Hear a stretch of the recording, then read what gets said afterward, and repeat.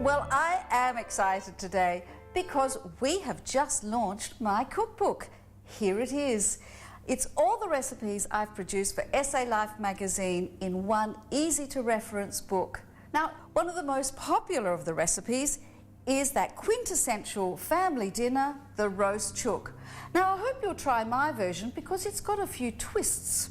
So, of course, we start with good produce, and I've got a free-range chook here, and the first thing we have to do is just tuck the wings underneath the animal like that, so that it just becomes a little bit neater and doesn't burn against the breast. And then with some paper towel or a napkin, just wipe it inside and out so that it's nice and dry, and this will give you a crispy skin. And the next tip is to tie the legs together. What gives my chook a lovely zesty flavour is the butter that I'm going to make for it. It's an orange and rosemary butter. So I've got about 120 grams of butter, the zest of 1 whole orange, 2 tablespoons of rosemary and several grinds of pepper. Then with a fork, we're going to mash that up until it's really nice and smooth. Once that's done, we're going to put it into some paper and then roll it into a nice fat roll. This will go into the fridge because I'll need it later. Now, I've left a little bit just softened because I'm going to slide my fingers underneath the skin like this, taking care not to tear the skin, obviously, and on the other side as well. And then I happen to have some thyme. Slide that under like so, and on the other side, and take a little bit of the butter and squeeze that in just in between the skin and the breast. The reason I'm doing this is so that the butter will baste the breast meat while it's cooking, and the rest of the butter can be rubbed over the top.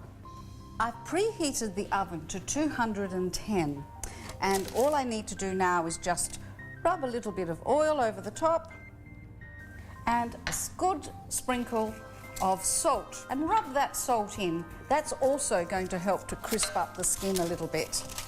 For a final hit of flavour, we're just going to stuff the cavity with the leftover orange from the zesting. And now into the oven. Well, what goes best with roast chicken is roast vegetables. So while our chicken's in the oven, let's get some interesting vegetables ready. I've got some zucchini, the ordinary orange carrots, but then I've also got these gorgeous purple ones. And I'm going to mix in some very tiny pickling onions. And we dress these rustic vegetables with the juice and the zest of 1 orange, about 30 ml of olive oil, a good pinch of salt, some pepper and some sumac. Give that a nice stir and then toss that right through all the vegetables like this. You can use your hands or just a big spoon. And tip the whole lot into a paper-lined baking tin. At this point, you can add whatever strong herb you've got in your garden. I happen to have a lot of thyme at the moment. After your chicken's been in for 30 minutes, turn down the heat to 180 and then pop in the vegetables.